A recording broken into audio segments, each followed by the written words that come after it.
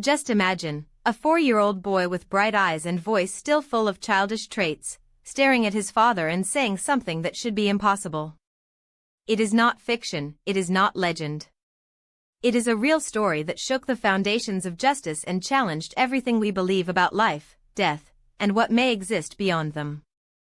And it all started in a small municipality of Jalisco, where time seems to stop between the streets of Pedra and the bad hour of the church's bells.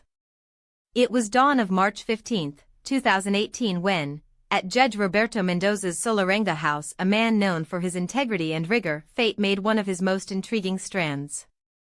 His wife, Carmen, had just given birth to a premature baby, a boy the doctors said they had no chance. But Diego, against all the odds, not only survived it but grew hard. And with him, there was also a secret that no father would be prepared to hear. The first crack in this apparent normality emerged on October afternoon, when Diego, just 3.5 years old, played in the backyard under the shadow of the orange trees planted on his parents' wedding day. Suddenly, he ran to Roberto, who had his quiet coffee, and solved, with a frightening clarity for his age, "Father, why did you kill me in the electric chair?" The world stopped.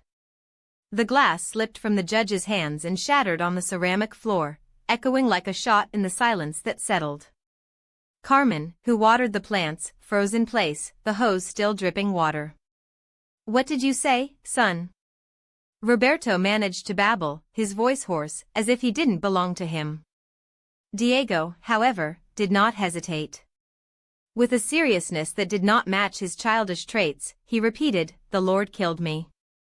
I was Carlos, and the Lord was the judge who condemned me." The name echoed in Roberto's mind as a thunder, Carlos Ramirez. A case he had buried over a decade ago, a man executed by a triple homicide that shocked the region.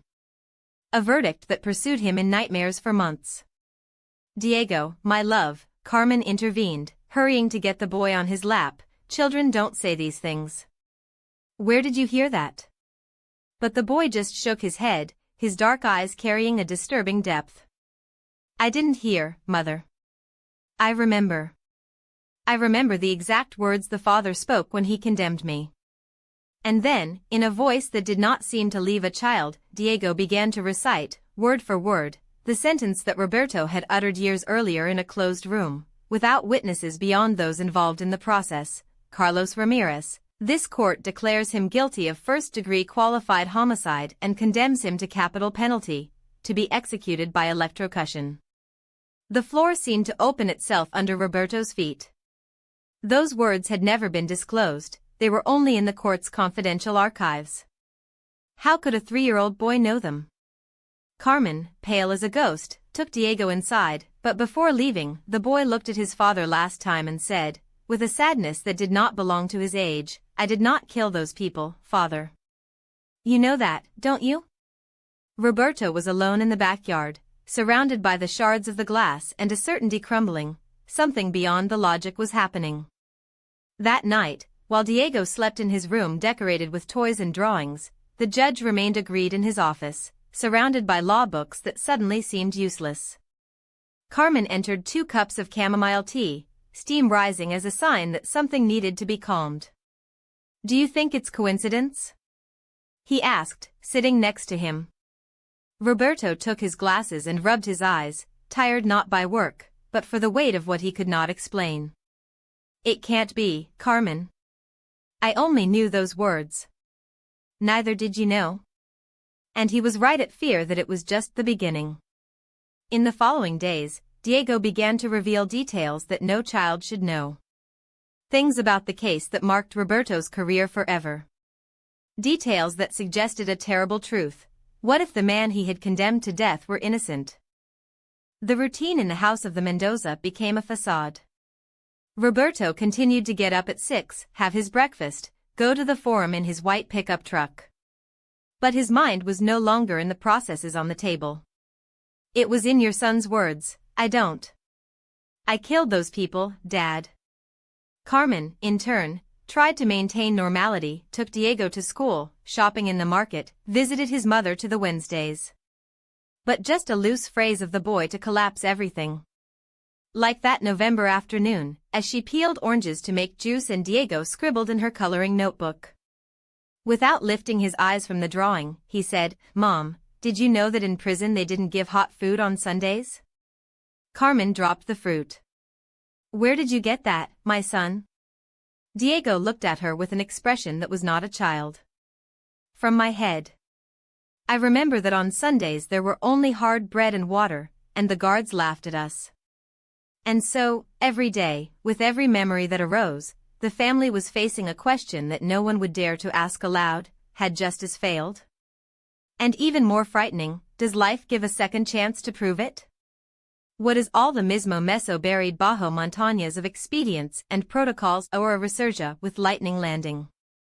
Proyect that Carlos Ramirez había followed to avoid el chaos, a detail that N.I. Sequeira finds in the police? I need los archivos del Ramirez case. All. Sue's voice was a harsh slope, a loaded one urgently that did not admit replicas. Del otro side, Su assistant balbució something about procedures y horarios, pero Roberto cortó el air con una hora which in the dijo spacio for objections. Cuando colgó, el silencio en la cocina was tan dense that one could cut by the filo de los hotcakes that Carmen había de comerse in el sartén.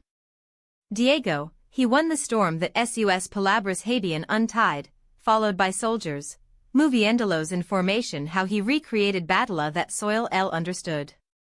Carmen sees Roberto y lo tomó el brazo con una fuerza, who records su miedo.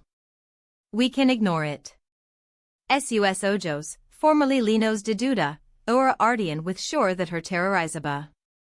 Si Diego es desatiendo their verdad. Cles Carlos. Basta. Roberto is let go as if he would have, pero in the wrath, fell by the panic that he climbed by law throwed as bile. You say eso. In the lo piensas Sequeira. Pero las palabras sonaron vacíos, because both knew that yo was late for negarlo. Too late. Esa misma late, mientras Diego sleven la siesta by the peluche applied against el pecho, Roberto and es studios a una pill of expedients that alían the povoy please. Los pages amarillenta crujían bajo sus fingers like dry hues. Alay stabs all, el informe ballistic, los testimonia de los vecinos, los fotos of la escena del crimen. Y Ali, among líneas Borisosa and Seo's officials, I find it that Habasai paraded by Alto hace 5 años, el informe de la mesura. A document marked as Testoni no admitted by extemporaneous, signed by Marcela Gutierrez, who swears haber seen to Carlos Ramirez and su restaurant hasta las 21:30, time she has completely exculpates.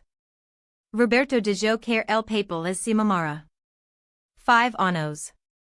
5 años condemning a hombre prohibas circumstances, 5 años ignoring a testonia that pod haberlo saved, 5 años sleeping bajo el mismo techo that el ghost of su error.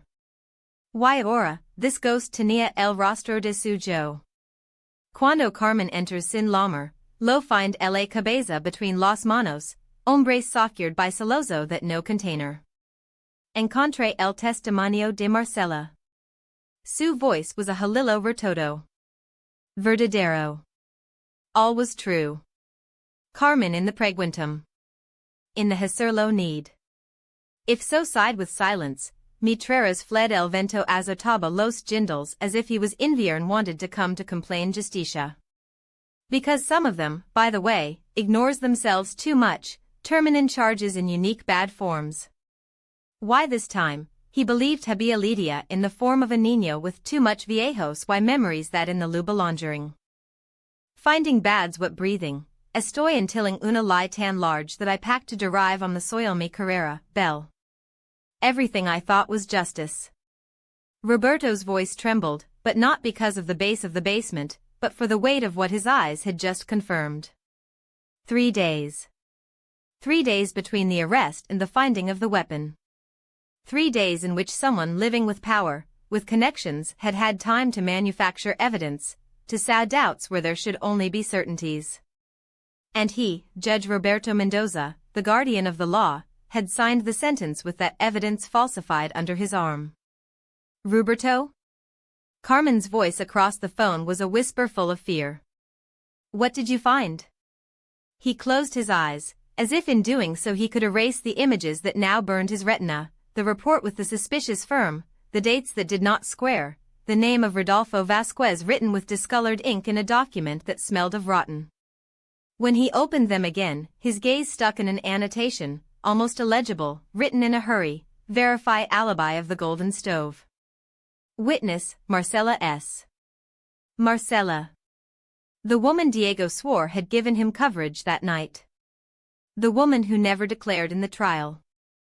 Carmen, he said, and his voice rang as if emerging from a well, I need you to go to the Golden Stove. Ask for Marcela. Tell him about Diego. Tell him that it is about Carlos.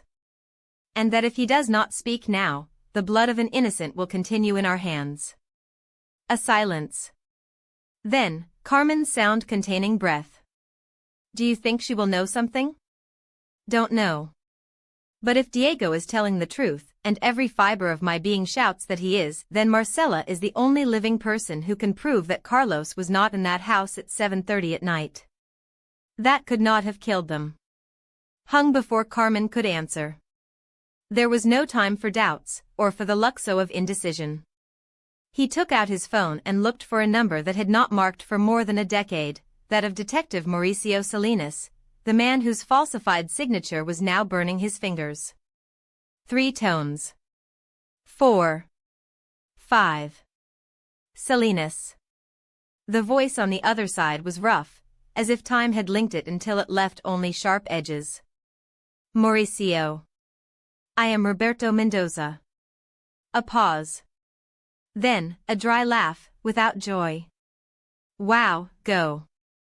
The judge who never goes back. What brings you here, licensed? Nostalgia? Roberto pressed the phone until the knuckles hurt. It's not nostalgia. It is about the Ramirez case. About the weapon. The silence that followed was so dense that Roberto could hear the crunch of the papers on the other side, as if Salinas had just dropped a file on his desk. That case is closed, Mendoza. You closed it. The weapon was planted, Roberto said, bluntly. The firm in the report is not yours. And Rodolfo Vasquez lied. Another pause. This time, longer. When Salinas spoke again, his tone had changed, there was no mockery, only tiredness. The tiredness of a man who had been dragging an invisible body for years. You know I can't talk about this by phone. Then let's talk in person. Now. Salinas sighed. I'm at the La Shadow Bar, on Juarez Street. But I warn you, what you are going to listen will not like. And what is worse, the detective's voice broke hard, you will not be able to do anything about it. Roberto was already walking towards the exit, the file tied against his chest as a useless shield. I don't care, he said. I just need the truth.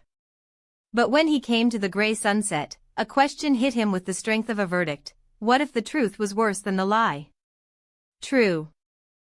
And not only that, it was the confirmation that his son, with just 3 years, had dragged from the shadows of his previous memory a weight that neither the most experienced adults could have supported. Roberto felt the bitter taste of bile in his throat. 11 years.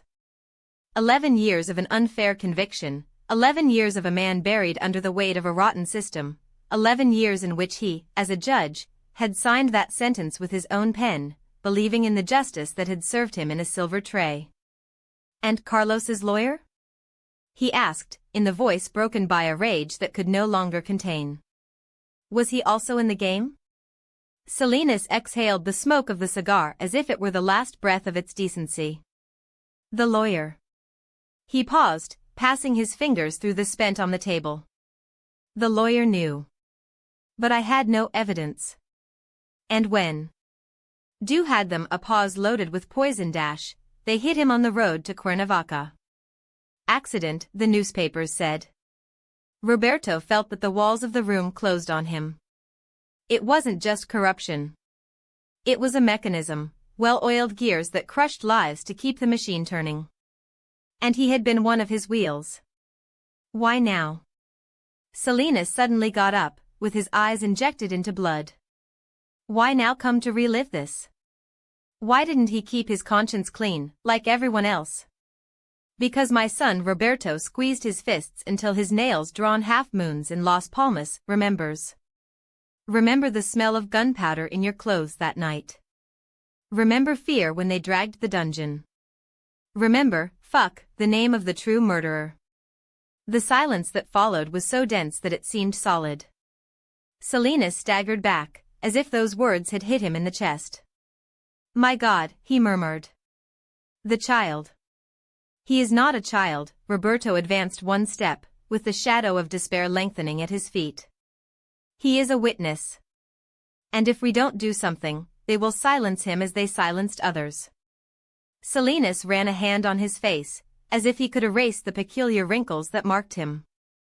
The victim's brother calls himself the graduate now. It has legal business, properties, even a foundation for victims of violence. A dry laugh escaped from his lips. Ironies of fate, right? Where is? In the capital. It has an office in Polanco, but it will not be easy to approach. He has security, contacts in the prosecutor's office. Salinas took a wrinkled paper out of pocket and slid it on the table. Here is the address. And this, he added, giving him a fat spotted envelope, are copies of the original reports. Those who never arrived at the court. Roberto took the envelope with hands that were trembling. Inside, the weight of truth was almost unbearable. A last question, he said, with a voice so cold that he froze the air between them. Why tell me now? Why can't 11 years ago, when there was still time? Salinas turned off the cigar against the ashtray, leaving a black mark on the glass. Because 11 years ago, I was afraid, he confessed. But now, he looked towards the window, where the twilight dyed the sky of a bloody red. Now I only have the hell. And I prefer to burn here, telling you the truth, than to continue living in this lie. Roberto kept the envelope in the internal pocket of his bag. When he left that house, the air smelled of wetland and betrayal. He went up to his car, but did not turn on the engine immediately. In the rearview mirror, he saw his own reflection, a man on the edge of the abyss, with the eyes of those who can no longer go back. Because now I knew. It was not just exhuming a case. It was to dig up a system. And the first body to come to light would be his own. Tell us something that only Carlos Ramirez would know? The boy nodded, adjusting the flaps of his bag with a seriousness that did not correspond to his 3 years. His small, but firm fingers, clinging to the edge of the stand, while his green eyes, as very eyes that Roberto had seen shining in the photos of a convicted man, stuck in the magistrate with an intensity that froze the blood of more than one in the room. The mechanical workshop of Don Rufino smelled of burned gasoline and Café Rancio, he said, without blinking. Carlos worked there on Tuesdays and Thursday afternoon, after leaving the restaurant La Casona, where Marcela kept him a dish of green enchiladas because he knew it was his favorite. The prosecutor was incredulous, but Judge Vega silenced him with a gesture. Diego continued, imperturbable. The day they arrested me, I had a blue shirt with a broken button on my neck. The policeman who hit me in his stomach was called Ortega, but everyone told him the sergeant because he had previously been in the army. And in cell 12. I paused, swallowing saliva. The Jacinto guard told me, Ramirez, you are not going out of here. I live every time I took my food. But the worst was not that. The worst thing was to listen to the screams of others. Those who were not lucky. A chill toured the room.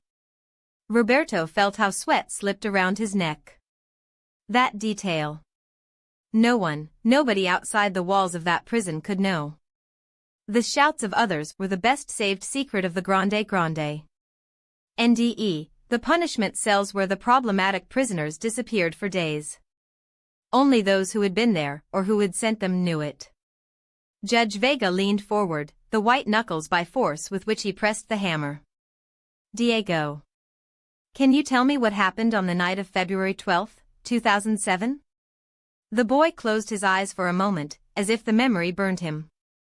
That night was not in the robbery. He was with Marcella in his department, watching Titanic on a pirate DVD that stuck every 10 minutes. She fell asleep on my shoulder, and I looked at the roof, thinking of buying a ring of commitment to the money she had saved. But the next day, when I went out to buy bread, they were already waiting for me. They put a car without plates, with the polarized glass. The man who was driving had a crescent-shaped scar on the left temple. Diego touched his own temple with a trembling finger. He told me, "Ramirez, this is over today. Or you declare yourself guilty, or your girlfriend disappears." The prosecutor jumped, but the words were already there, floating in the air like a verdict. Because that scar was unmistakable. He belonged to Hector L. Luna Valdez, an exigent of the judicial whose photo appeared in the secret archives of the prosecutor's office as a key witness in the Ramirez case. A witness who, according to the records, had never declared under oath. Judge Vega looked at Roberto. There was no need for words. Both knew what they had just heard. It was not the testimony of a child. It was the voice of a dead man, crying out justice from the other side of the veil. "Lords," Roberto said, getting up with a calm that he did not feel, "I request that this court declare the sentence against Carlos Ramirez Mendoza for procedure vices, manufacture of evidence and systematic violation of human rights. And demand that an immediate investigation against the officials involved in this judicial farce begins." The silence that followed was not surprise. It was scary. Because in that room, at that moment, everyone understood the same terrifying truth. The system had not only killed an innocent. The system had created a ghost. And now, the ghost had returned to collect. In that Diego's fingers touched the cold metal of the metal, something changed in the air. It was not a memory that invaded him, but a quiet certainty, like the last sigh of a wind that finally finds rest. His hands, small but firm, closed the fingers around the symbol that Carlos had taken against his chest for years, the same that accompanied him in his laughter, in his working days under the sun of the workshop, and even on that dark night when justice abandoned him. Amparo observed how the child held the chain, perhaps waiting for a flash of recognition, a spark of that past that once inhabited his eyes. But Diego just smiled, a clean smile, without shadows. "It's beautiful," he said, and hung around his neck without hesitation. "I remain, yes?" Roberto and Carmen exchanged a look full of emotions that did not need words. Amparo nodded, drying the tears with the back of his hand. "Sure, my child. It's yours now." There were no more questions or explanations. Because some things are not understood by reason, but the soul. And at that moment, everyone knew that the circle had closed. Carlos was no longer a ghost tied to an injustice, nor a name in a dusty file. It was, again, the brother who Amparo missed, the man who Don Eusebio remembered in his workshop, the innocent whose memory now lived in Roberto's struggle, in Diego's laugh, in that metal that shone weakly in the afternoon light. Outside, San Miguel de los Torres remained the same cobbled streets, the same relentless sun, the same murmurs of a town that had seen too much. But something had changed forever. Because sometimes, justice does not arrive with signed documents or sentences read aloud. Sometimes, it arrives with the bright eyes of a child who chooses to forgive the world before the world teaches him to be cruel. And while Diego ran back to the patio, dragging the chain against his shirt, Roberto Mendoza knew that it was not a story about ghosts. It was a story about redemption. And redemption, in the end, always finds its way. Diego's fingers just. They touched the cold metal of the metal when something inside it shuddered. It was not tears of sadness that appeared in their eyes, but the silent recognition of a link that transcended time. "He feels as if he had already taken it before," he whispered, in a voice that seemed to come from much further than his 8 years. Amparo, with hands that trembled only for an instant, the chain lay him. "Carlos would have wanted it to be yours." It was not any inheritance, it was a real legacy, a fragment of soul that finally found its place. Diego looked for Roberto's eyes and Carmen, that look that only a child knows how to direct when he asks for permission for something he already feels like his own. They nodded speechless, because some decisions do not need explanation, they feel in the chest, like a beat that was always there. When the weight of the medal rested on his neck, Diego did not say thanks for education. He said it because, at that moment, he understood that he was receiving more than an object, he was accepting a mission. Amparo stayed to dinner that night, and between food dishes and laughs that filled the silences of years, he gave them pieces of Carlos that no court had been able to erase. He spoke of the man who distributed his lunch with the abandoned dogs of the neighborhood, of the young man who worked until the exhaustion to pay the treatment of his mother, of the dreamer who kept house cuts with gardens because he longed to fill them with others. It was good, Amparo repeated, while his fingers caressed the edge of the plate as if they were looking for the touch of a hand that was no longer. That's why I never understood how it ended like this, until you returned your name. When he said goodbye, he hugged Diego for so long that Roberto had to look away, because there are gratitude that hurts so pure. Thank you for returning, he whispered in his ear, in a voice broken by relief. Thank you for not letting my brother die twice. And Diego, who still did not fully understand the weight of his words, only nodded against his shoulder, because sometimes the body knows what the mind is not yet to name. Later, Roberto found him on the patio swing, gently swinging under a starry sky that seemed to have waited for this moment to reveal himself. The medal shone on his shirt, like a beacon in the dark. What do you think, son? He asked, sitting next to him. Diego did not look up. His eyes were still fixed on the horizon, as if there, in the shadows of the trees, he could see something else. In which Carlos is no longer sad, he replied. Before, when I thought about him, he felt a knot here, he touched his chest, but now it's as if the air were different. As if he knew it's fine. Roberto wanted to ask if he believed in ghosts, in past lives, in those things that adults call superstitions until life shows them that the world is wider than fit in their manuals. But before he opened his mouth, Diego looked at him with a serenity that did not belong to his age. Do you think he left forever, Dad? The question was not out of curiosity. It was for certainty. Roberto breathed deeply, looking for words that would not betray the mystery. But Diego already had his answer. I think he never left, he said, touching his heart. I think I was just waiting for someone to remember it as it was. To remind me that I have to be good. I have to help. And you are no longer afraid? Roberto asked, although he already knew the answer. No, Diego replied, smiling for the first time in years without fear stealing his light from his eyes. I'm no longer afraid of anything.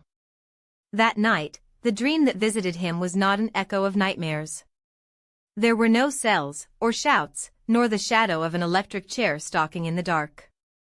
He dreamed of a place where the light did not burn, but hugged, and in the midst of her, a tall man of a quiet smile and hands who did not wear handcuffs leaned towards him and said, "Thank you for helping me find the way home."